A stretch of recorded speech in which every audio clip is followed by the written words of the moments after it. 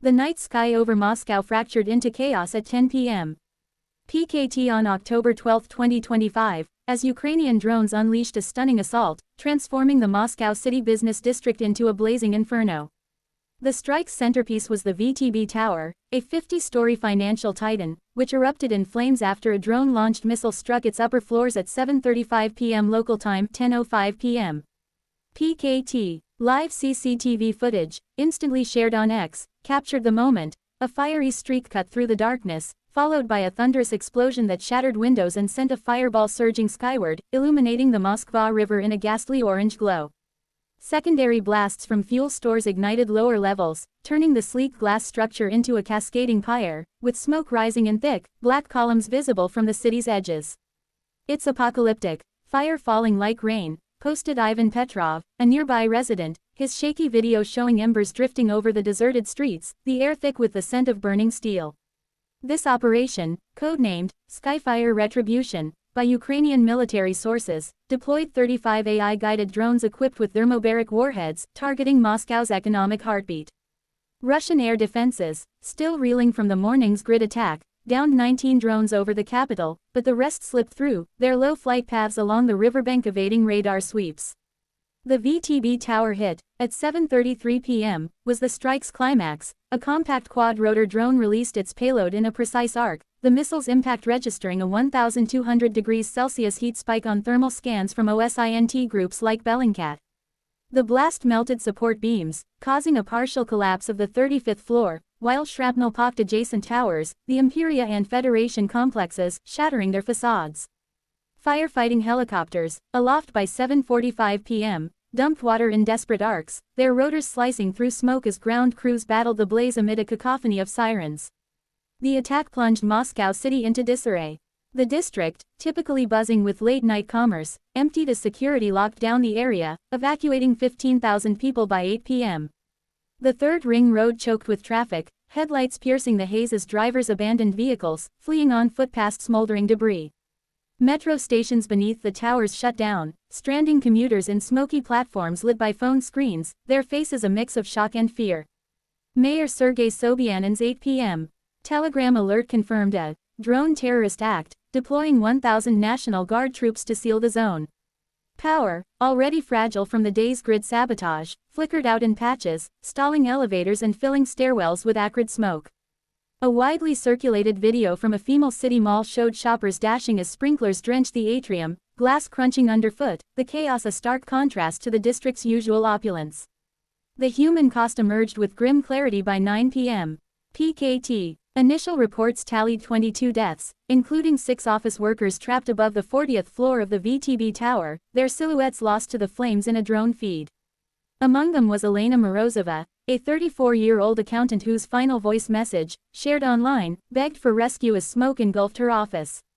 Over 180 injuries overwhelmed hospitals, burns, cuts from flying glass, and inhalation cases flooding City Clinical Hospital No. 1. A rescue team lost 2 members when a collapsing beam crushed their truck, the incident filmed by a bystander and racking 1.8 million views before censorship. Evacuees recounted the drone's eerie buzz seconds before impact, a sound now synonymous with the night's terror as sirens persisted into the early hours. Footage from the strike, leaked via encrypted networks, offered a raw narrative.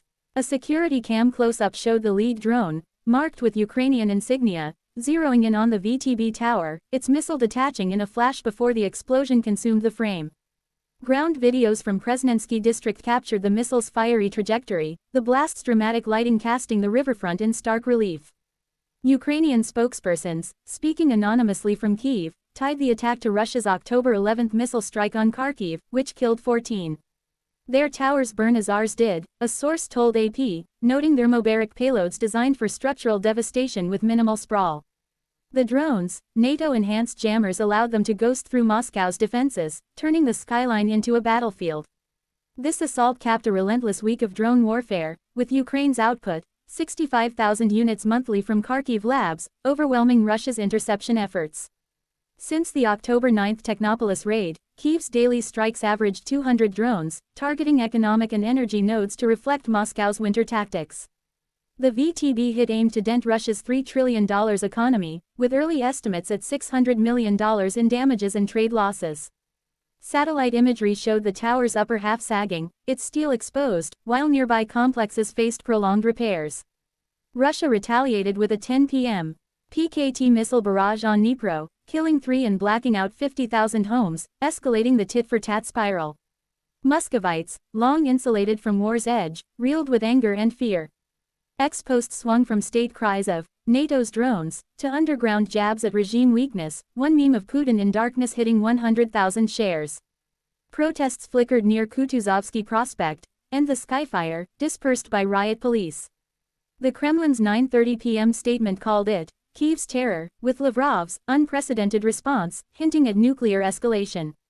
NATO, from Brussels, condemned the cycle while rushing anti-drone tech to Ukraine, where Zelensky, in a midnight address, declared, "Their infernos fuel our fight."